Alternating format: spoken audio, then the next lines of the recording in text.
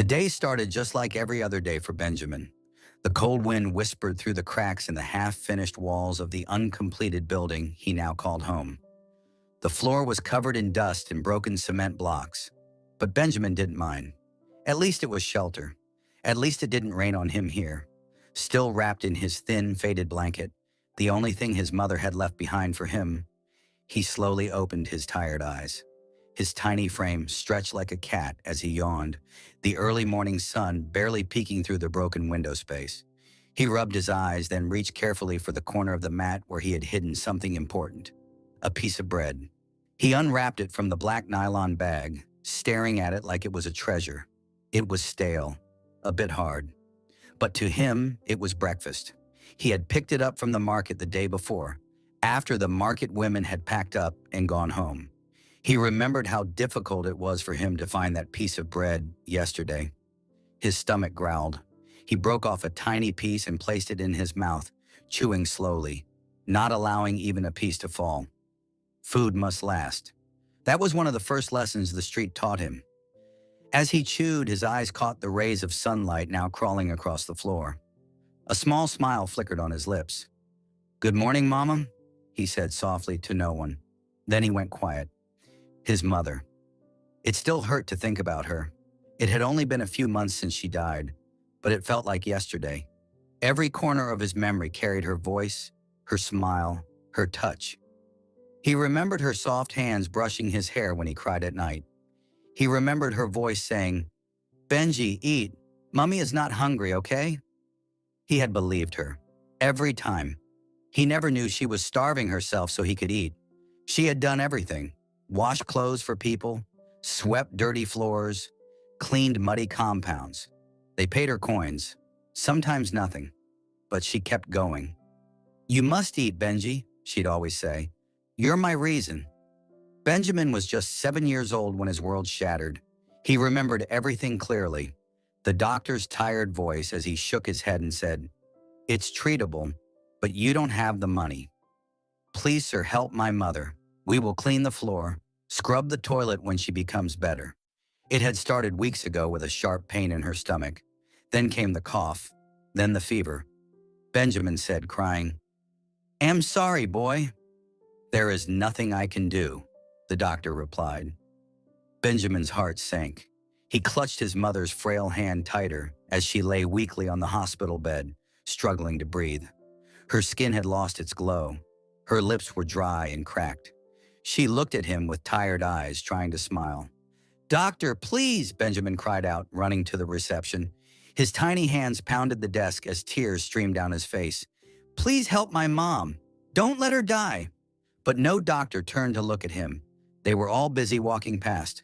Only one nurse knelt and hugged him gently. "I'm so sorry," she whispered. "We've done all we can. But she's still sick. It's a stomach ulcer. She is dying of hunger." Benjamin sobbed. "You can't send her home like this." Her bed was taken away. She was discharged. Not because she was better, but because there was no money to keep her. They went home with no medicine, no follow-up. Just a small plastic bag filled with leftover local herbs that someone had given to them. His mother, who once sang to him at night and told him stories even when she was tired, could barely talk. She would wince whenever she moved. That night, Benjamin curled beside her on their worn-out mat in their tiny room. He listened to her shallow breathing and held her hand close to his chest. "I'll take care of you, Mama. I promise," he whispered. But in the morning, when the soft light of dawn slipped into the room through the broken window, Benjamin opened his eyes and noticed something was wrong. "Mama?" he called softly, nudging her shoulder. No response. "Mama?" he called again, sitting up. Still no answer. He shook her gently, then harder. "Mama, wake up, please." Nothing. He let out a sharp, painful cry that echoed through the silent room. His mother was gone. The only person who had ever loved him, sacrificed for him, protected him, was now lying lifeless beside him on the mat. That day, Benjamin didn't just lose his mother. He lost his home. He lost security. He lost warmth. But something else was born inside him, a quiet fire. As he sat in that room, holding her cold hand for the last time, He whispered through his tears, "I will become a doctor, no matter what it takes. No child should ever lose their mother like this, because of money." After his mother died, Benjamin had no one. No relatives, no home, no guidance. Just the streets and a heart full of pain and quiet determination. Every day was a battle to survive, but every night he chased his dream. He began looking for books, old, torn, dirty ones that no one wanted anymore. He would search behind schools, digging through trash bins with his bare hands. It didn't matter how smelly or messy they were. If he found even a few pages of a textbook or a child's torn notebook, his heart leaped. "This one still has A, B, C," he'd whisper to himself, wiping dust off the pages. He would collect them, stack them in a nylon bag, and carry them everywhere like they were treasure. At night, when the streets grew quiet, he would go to the nearest working street lamp. It flickered sometimes, but it gave enough light. There, on a piece of broken cardboard, he would sit with his knees to his chest and start practicing. With a piece of charcoal or any pen he found on the ground, he would trace letters slowly, carefully. "A, B, C," he murmured under his breath. "D, E, F." At first, the letters looked shaky, but he didn't stop. Every night he came back. Letters turned into words. Words turned into sentences. Sometimes he would read out loud, sounding out each syllable. Passers-by would glance at him like he was strange, but he didn't care. "This one says hospital, and this one is doctor," he said proudly one night, pointing to a torn textbook page about the human body. Even without a teacher, Benjamin taught himself to read, bit by bit, page by page. In the mornings, he searched for food or did odd jobs, but at night he became his own teacher, his own classroom, his own hope. By the time he was 7, Benjamin already understood the routines of street life: where to find food, where to sleep without being chased, which market woman might give him leftover bread, and which guards would allow him to stay under their building's shade when it rained. That morning, like every other, Benjamin stepped out onto the street. The sun was just rising, casting a soft orange glow on the cracked pavement. His jacket, an oversized, dirty thing with one torn sleeve, hung loosely over his tiny frame. His shorts barely reached his knees, their edges frayed and stained with dust. But what he cherished most was the small cross-body bag hanging from his shoulder. It was old and faded now, but to Benjamin, it was priceless. It was the last gift his mother ever gave him before she died. Inside the bag were his treasures: a few broken pencils he had found near school gates, 2 eraser pieces, and several faded notebooks he had rescued from trash bins. Most pages were torn or written on, but hidden in between were blank spaces, and those were golden to him. He touched the bag gently and whispered, "Mama, I'm still trying. I won't stop." Then he took a deep breath and began his walk through the town. The streets were already busy. Car horns blared. People rushed past him, some ignoring him completely, others casting brief glances filled with pity or suspicion. But Benjamin had a mission. He made his way toward his usual destination, St. Peter's School. After a 20-minute walk, he arrived at the tall white fence that surrounded the school. The wall was high, but near the back, there was a broken part, just enough space for a small boy like him to slip through. He had discovered it months ago. He looked left and right to make sure no one was watching. Then, quick as a cat, he ducked down and crawled through the gap. Inside, he moved like a shadow. He knew the path by heart. Past the storage room, behind the mango tree, and finally to the back of Class 3A. He wrapped his arms around his legs, his eyes watching the schoolyard like a silent observer. Soon the school buses began to arrive. One after the other, shiny yellow buses pulled into the compound, and excited children began to pour out. They wore crisp white shirts and sky blue skirts or shorts. Their socks were dazzling white, and their shoes shined under the sun. Benjamin stared. The contrast between them and him was like day and night. He looked down at his dirty jacket and bare feet. A soft sigh escaped his lips. As the students walked into their classes, he heard them talking. "Ugh, I hate waking up early," one girl groaned. Another boy said, I forgot to do my homework. Mrs. Okafor will punish me today. Benjamin blinked. How can someone forget to do something so precious? He murmured under his breath. Then he heard it. Up, stand. Good morning, Ma. The chorus of students echoed from the classroom. The teacher had arrived. Benjamin inched closer to the window, careful not to make a sound. He couldn't see the board, but he knew it didn't matter. The voice of the teacher, clear and sharp, became his guide.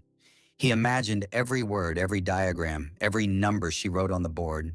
His brain filled in the blanks, building images from sounds. He opened his notebook and began to write quickly. Each page was a treasure. Each word was hope. The teacher's voice floated through the open window. Now, if you have 5 oranges and you give 2 away, how many do you have left? Benjamin perked up, opened one of his tattered notebooks, and began writing. 5, 2, Shakrat 3. He smiled to himself. That's subtraction, he whispered. He scribbled the teacher's next sentence. Remember, children, always show you're working. It's not just about the answer, it's about how you got there. His hands moved quickly now, copying what he heard, turning sound into written knowledge. Even if he didn't understand every single word, he knew it would make sense later. At night, under the streetlight, he would go over it again and again. Every morning, Benjamin arrived early and found his usual hiding spot at a corner of the building. As usual, Benjamin stood quietly behind the window of the classroom, his tiny fingers clutching his pencil. He imagined deeply in his heart what it would feel like to sit inside a real class. What does it feel like? He whispered to himself. To wear a clean school uniform? To have my own desk? A teacher who knows my name? His heart ached as he stared at the children inside the class, all seated with books neatly arranged on their desks. They raised their hands to answer questions. Some giggled quietly while others scribbled notes in fresh exercise books. The teacher paced in front of the board, explaining a math problem. Benjamin couldn't see the board, but he didn't need to. His ears were sharp, and his imagination was even sharper. He could picture everything in his mind. If I were there, he murmured, I would sit in front, so I won't miss anything. He imagined having classmates who would pass him notes and whisper answers during tests. He imagined raising his hand to ask questions, and the teacher smiling at him proudly when he got something right. He imagined break time, sharing snacks with friends, laughing under the big mango tree, swapping crayons or pencils. The thought brought a faint smile to his face. Suddenly, he heard the teacher say, "Open your notebooks and write this down. Addition is bringing numbers together to make a bigger number." Benjamin quickly bent down. He grabbed the small piece of broken slate he kept hidden and scribbled the sentence in the sand with a stick. His worn-out notebook had no more space, but the earth was always there. The ground became his board. He wrote with care, each letter crooked but full of meaning. Addition is bringing, he muttered, slowly spelling the words as he traced them. When the heat of the sun pressed too strongly through the window and onto his back, he quietly moved away. He tiptoed through the bushes and slipped into the old abandoned classroom at the far end of the school compound. No one ever went there. It was quiet and safe. There he sat cross-legged on the dusty floor and opened one of his rescued notebooks. The pages were torn at the edges, some stained with oil and water. But to him, they were gold. He looked at a word he had written earlier, multiply, and tried to remember what it meant. He picked up a small stone and drew circles in the dirt. 2 groups of 3, he whispered. That makes 6. He paused and smiled proudly. I'm getting it, he said to himself. I'm really getting it. For the next hour, Benjamin practiced math. Then he flipped through another torn book and found a page where he had written a few new English words. Courage, hope, dream. He looked at them and traced each one again and again. I will not give up, he whispered. Someday I will sit in that class. Someday. Then he stood up, dusted his shorts, and hid behind the broken wall again, ready to listen to the next lesson as if his entire life depended on it. When the final bell rang, Benjamin remained in his hidden corner, peering through a gap in the fence. The schoolyard burst into life. Children rushed out of their classrooms, some waving exercise books in the air, others dragging their backpacks across the dusty ground. "Daddy, look, I got 10 out of 10, a little girl shouted as she leapt into her father's arms. A boy in a neatly pressed blue and white uniform ran up to his mother, shoving his notebook into her hands. "See my drawing, Mama," he beamed. Benjamin watched silently. His eyes followed every hug, every pat on the head, every proud smile exchanged between parents and children. For a moment, he imagined what it would be like if someone was there waiting for him, someone to smile, to take his hand, to say, "Well done, Benjamin." But there was no one. When everybody left, Benjamin stepped out from his hiding place. He moved carefully along the side walkway, avoiding open spaces where he could be seen. He crossed the edge of the field, scanning the ground for leftover books and pen. There, a half-used pen lying by the wall. There, an eraser, slightly dirty but still good. And there, crumpled sheets of paper, with one side still blank. He gathered them into his crossbody bag, the one his mother had given him before she died, and held it close like it was made of gold. By nightfall, he was seated beneath his usual street lamp, the yellow glow casting long shadows on the pavement. From his bag, he pulled out the old storybook he had found that morning in the school compound, a small, tattered book with a missing cover. He opened it and began to read aloud in a soft voice, his lips shaping each word carefully. The pages were worn, some corners chewed away by insects, but to him, every line was precious. After a while, he started feeling sleepy. His eyelids grew heavy. The words on the page blurred. "Till tomorrow," he whispered, gently closing the book. He tucked it back into his bag and made his way to the abandoned building he called home. Inside, he lay down on his thin mat, the only barrier between his small frame and the cold, hard floor. He curled up under his tiny blanket, pulled it to his chin, and let the hum of distant traffic lull him into sleep. In his dreams, he was back at school. This time not outside a window, but sitting proudly at a desk, pencil in hand. The next morning, Benjamin woke again before the first rooster crowed. Something in his chest felt different. He didn't know why, but it was as if the air was lighter, his steps quicker. He dashed to the back of the bakery 2 streets away, a place he knew well. Beneath the wooden table, he spotted a burnt piece of bread. To most people, it was waste. To Benjamin, it was breakfast. He crouched, grabbed it quickly, and began eating in fast, eager bites. No time to savor it. Today, he felt he needed to be somewhere. At the public tap down the street, he splashed cold water on his face, scrubbed his legs with his palms, and shook off the droplets.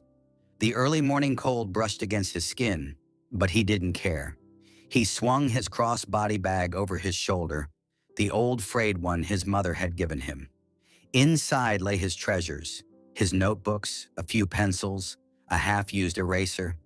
Small things to others, but to him, worth more than gold. He walked along the gentle, still quiet street toward St. Peter's School. The students were just beginning to arrive, hopping out of buses and cars, their laughter carrying in the cool air. Benjamin slipped past the broken part of the fence, careful not to be noticed. Instead of heading to his usual window spot, he decided to hide early in the empty classroom he often used when the midday sun drove him from the schoolyard. But as he stepped inside, he froze. Someone was already there.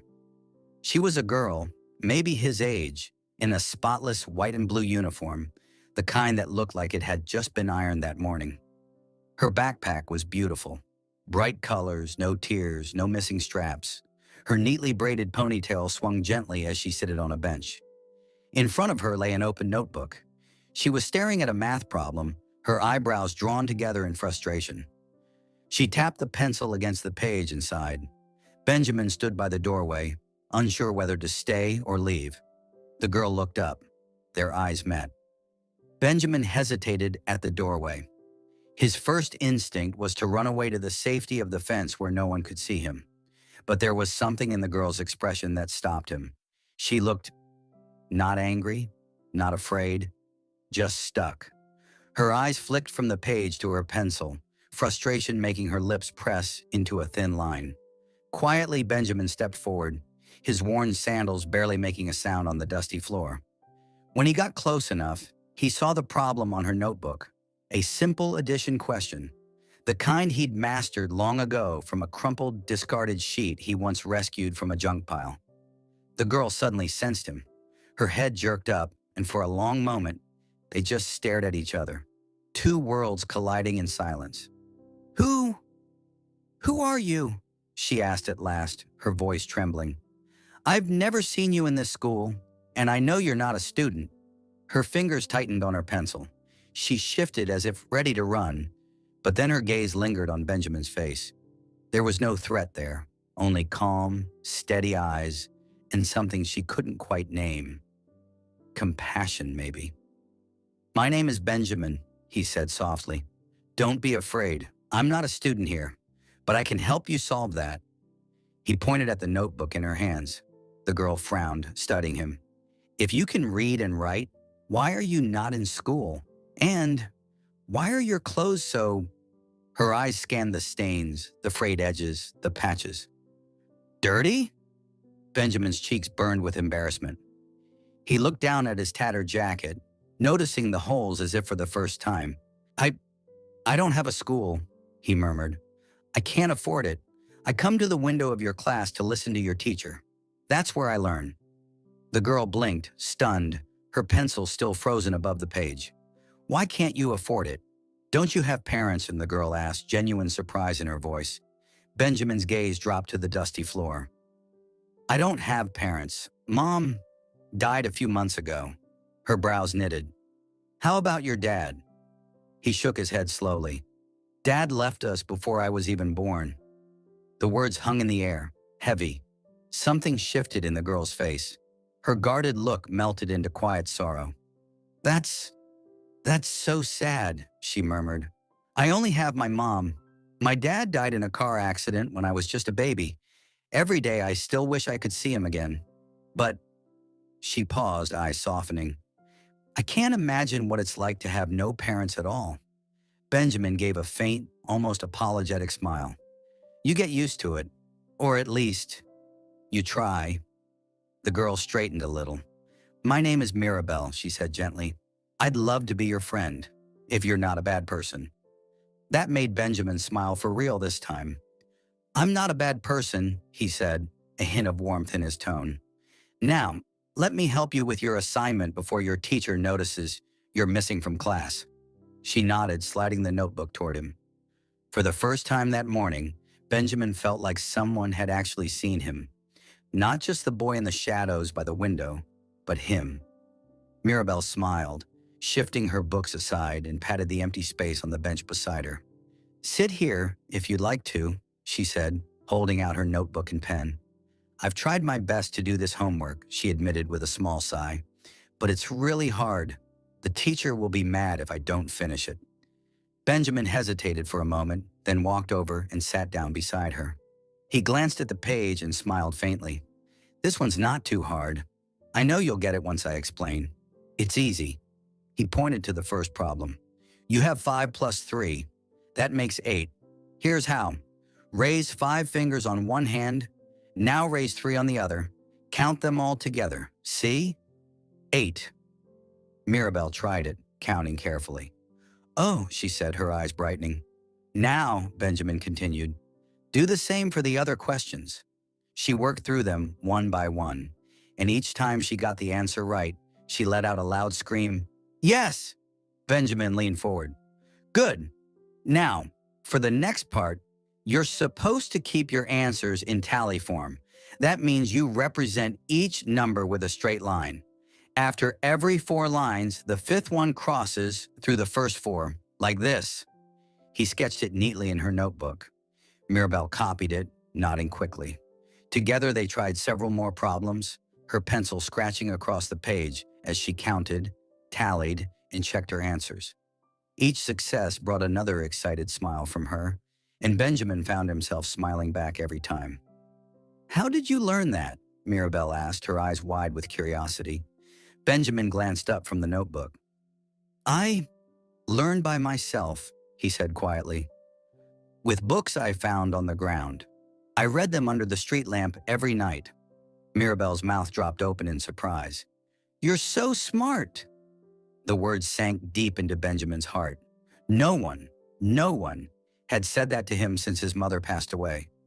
He felt something warm rise inside him and smiled shyly. You look like one of those genius students I see on TV, she added with a grin. Benjamin chuckled and shook his head. I'm not a genius, he said softly. I just love to learn. They bent over the notebook again, working through more problems.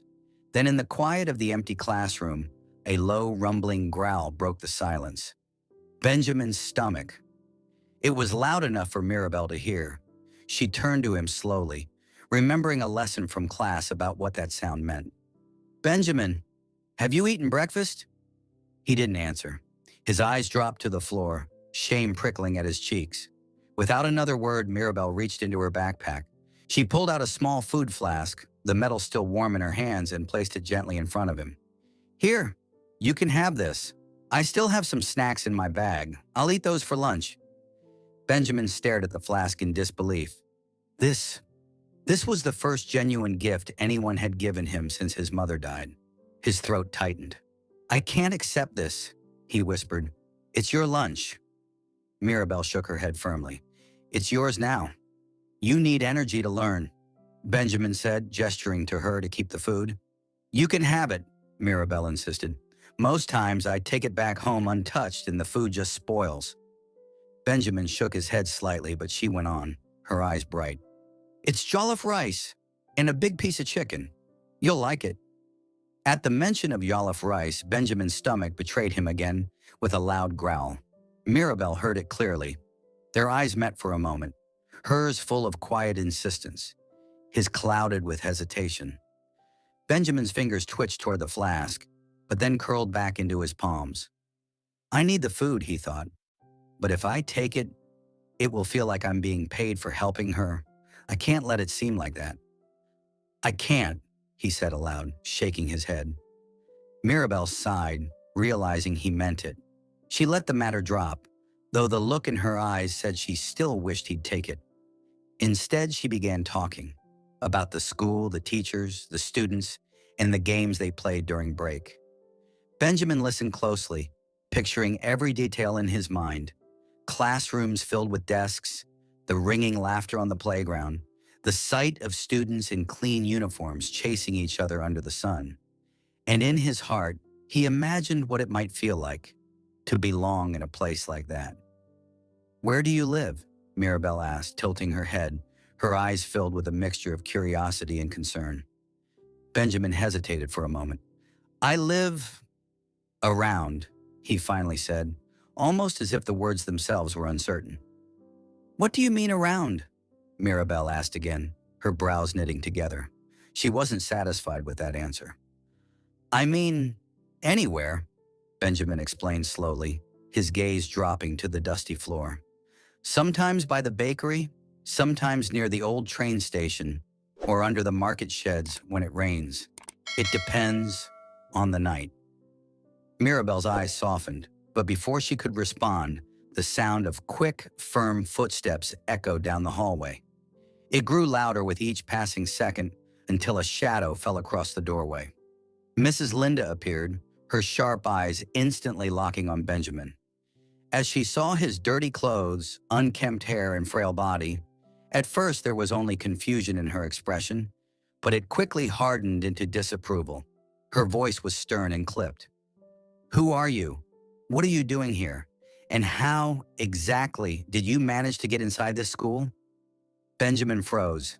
Every muscle in his body told him to run, to vanish before things got worse. His heart began to pound so loudly he could barely hear anything else.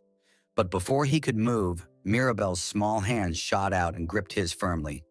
Leave him alone, Mrs. Linda, she said quickly, her voice trembling but steady enough to be heard. He's my friend. He's been helping me with my homework. Mrs. Linda blinked in disbelief. You can't be serious. This boy, she gestured toward Benjamin with a stiff hand, shouldn't be in here at all. I'm taking him to the principal's office right now. We need to find out how he got in, and he will be punished for trespassing. The words principal's office made Benjamin's stomach tighten into a knot. He knew what that meant. Trouble. Trouble meant being banned from ever stepping foot here again. And if he was banned, there would be no more lessons by the window, no more scraps of notebooks, no more hope of learning.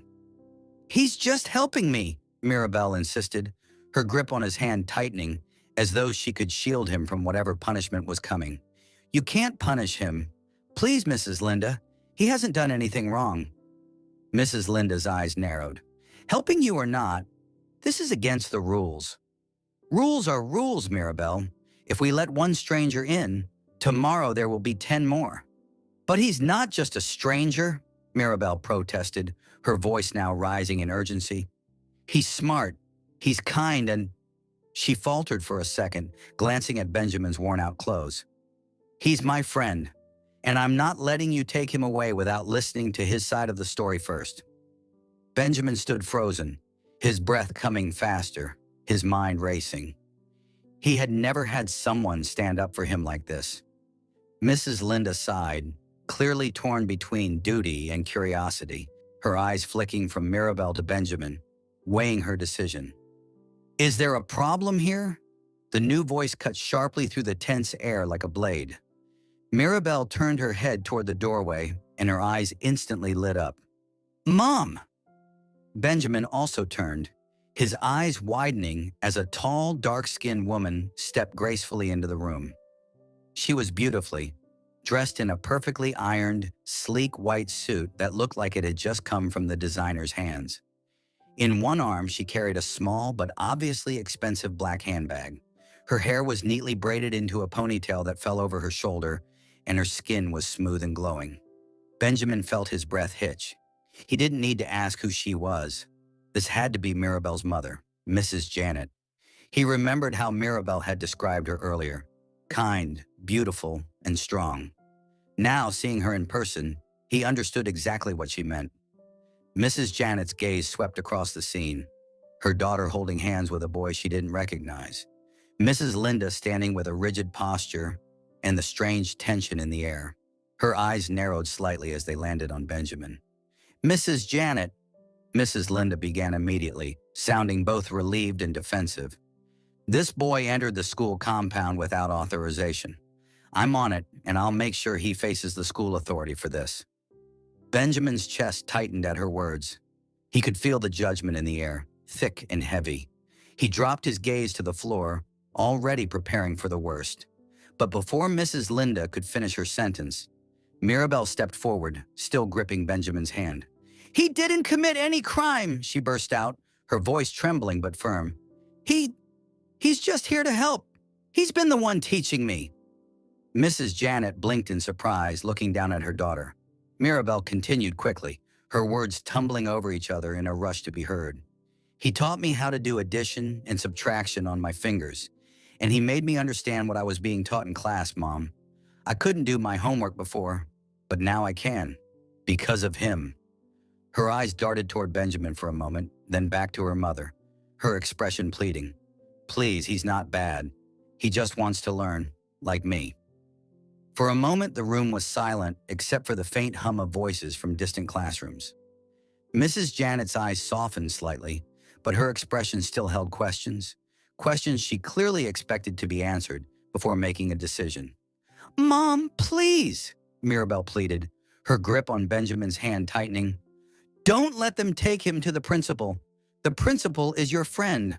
I know you can talk to her." Mrs. Janet's eyes moved slowly, deliberately scanning Benjamin from head to toe. But unlike so many others who looked at him with pity, disgust, or suspicion, her gaze carried no trace of judgment.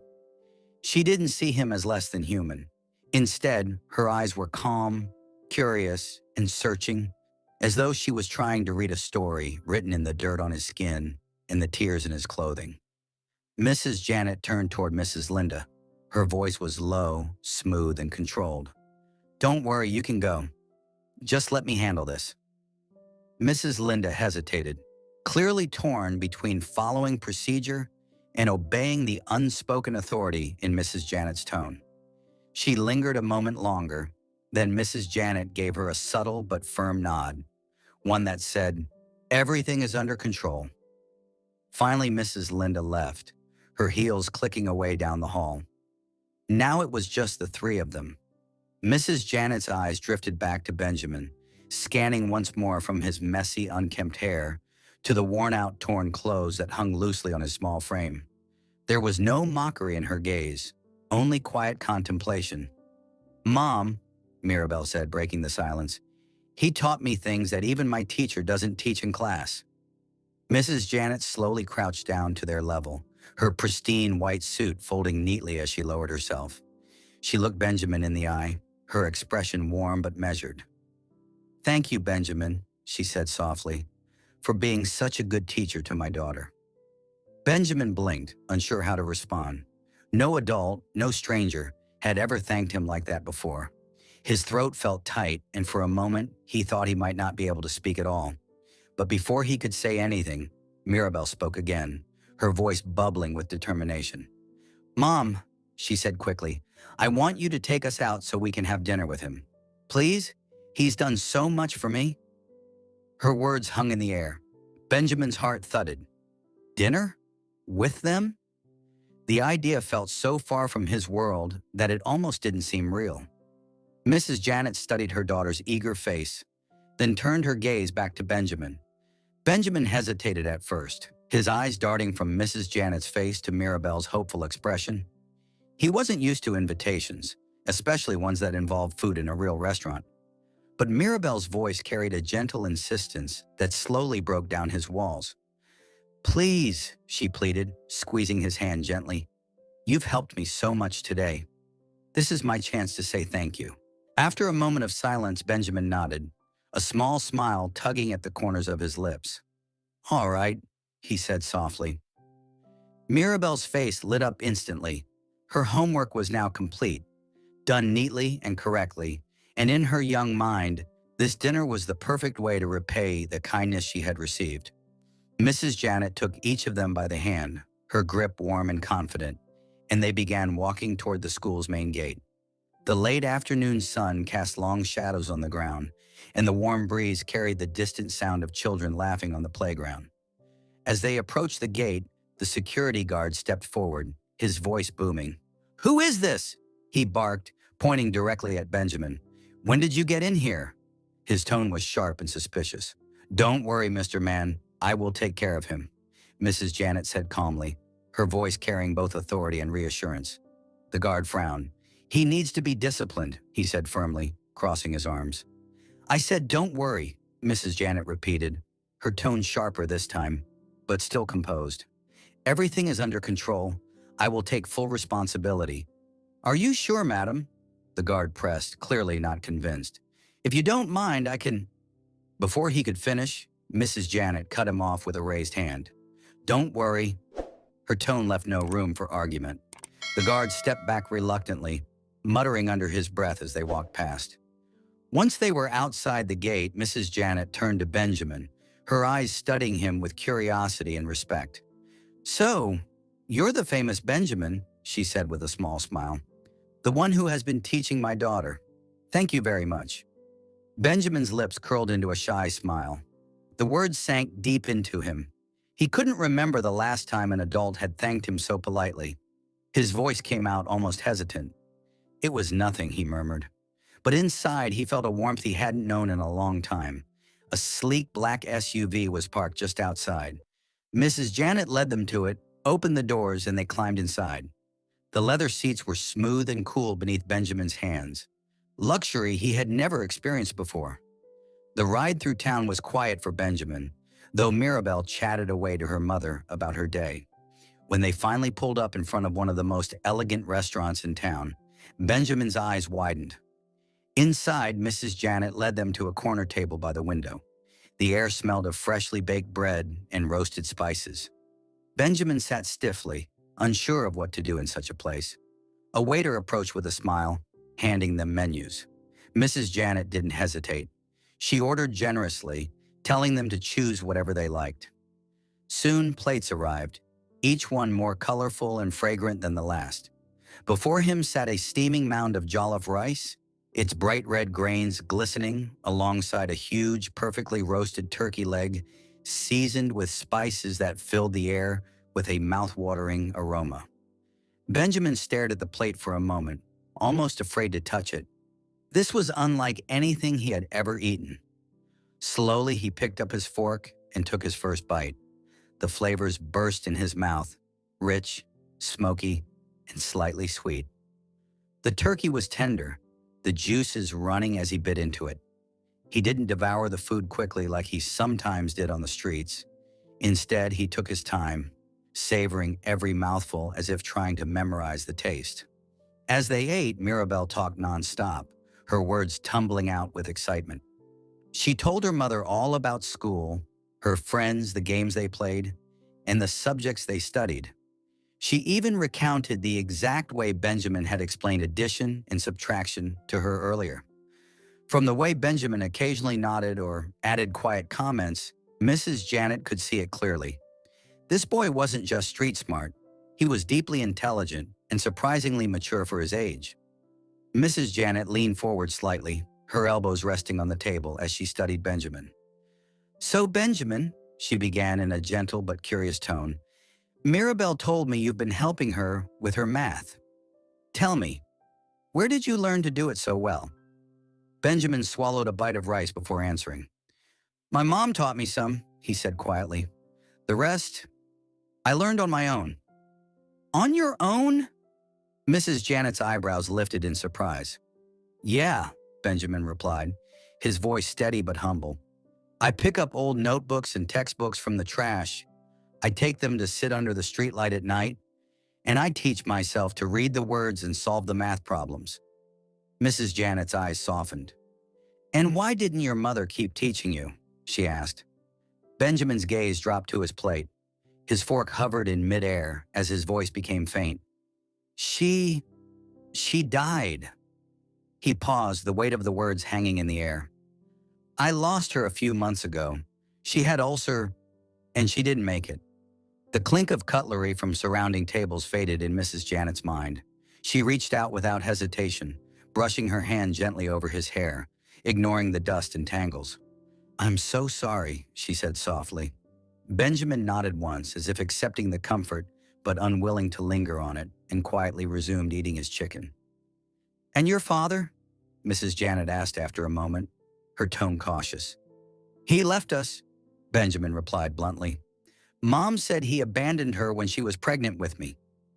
Mrs. Janet's brows furrowed. "Then, who do you live with now?" "Alone," Benjamin said simply, looking up at her with matter-of-fact eyes. "I live alone, on the street, anywhere I can." "You mean—" Mrs. Janet leaned back, her voice now tinged with disbelief and concern. "You live on the street?" "Yes," Benjamin said, still chewing a piece of the turkey. Mrs. Janet shook her head slowly. "You're so small, and yet you're facing this kind of life all by yourself?" "It's not a big deal," Benjamin replied, his tone calm as though discussing something ordinary. "I already know my way around the street. I know where to get food and where to sleep without being disturbed." "That's so bad," Mrs. Janet murmured, her mind processing the reality of his words. After a pause, she asked, "But how did you get inside the school compound?" Benjamin hesitated, then admitted, "I went through the broken part at the back. I know I shouldn't have done that. I'm sorry, but I needed to listen to the teacher. I squat at the back of the classroom window every day to hear what the teacher is teaching." His eyes lit up slightly. I felt the urge to know what it's like to be in a real school." Mirabelle, who had been listening intently, leaned closer to him, her voice filled with compassion. "You can come to study with me," she said eagerly. Then she turned to her mother. "Can't he, Mommy?" Mrs. Janet looked at both of them, her daughter's pleading eyes and Benjamin's quiet, steady gaze. She sat there in silence for a moment, clearly moved but unsure of the right words. "We can help him, Mom," Mirabelle urged again. "Can't we?" Mrs. Janet's lips parted, but no answer came yet. Her mind was racing, weighing the possibilities, the risks, and the undeniable pull of compassion she felt for the small boy sitting across from her. "I know we can, Mommy," Mirabelle insisted, her small hand tightening its grip on her mother's. Where do you think Benjamin would go if we leave him here? The question, so simple and direct, took Janet completely by surprise. She hadn't expected such fierce conviction from her daughter. She looked down at the small, dust-streaked boy who stood silently beside them. I don't know, Mirabelle, she answered honestly, her voice softer than she intended. He said he lives on the street, that he is used to it and he knows his way around. Mirabelle's face crumpled with disbelief. But that's not a home, Mommy. That means he doesn't have a bed with a soft pillow or toys to play with. He doesn't have anyone to tell him stories before he goes to sleep. Her voice trembled, filled with a child's pure, uncomplicated empathy. He wants to learn so much, but he can't afford to pay for a real class. He doesn't even have someone to buy him a new book. And even with all that, he's trying so hard. He's smarter and better at math than everyone in my class. Janet felt a sharp pang in her chest, a physical ache of sorrow. She looked at Benjamin, and her heart broke. Huge, silent tears were already rolling down his cheeks, tracing clean paths through the grime. He wasn't sobbing or making a sound, just standing there as his carefully built walls crumbled. He is very kind, Mommy, Mirabelle added, her voice thick with emotion. He taught me math even when he didn't know me. He taught me better than my teacher.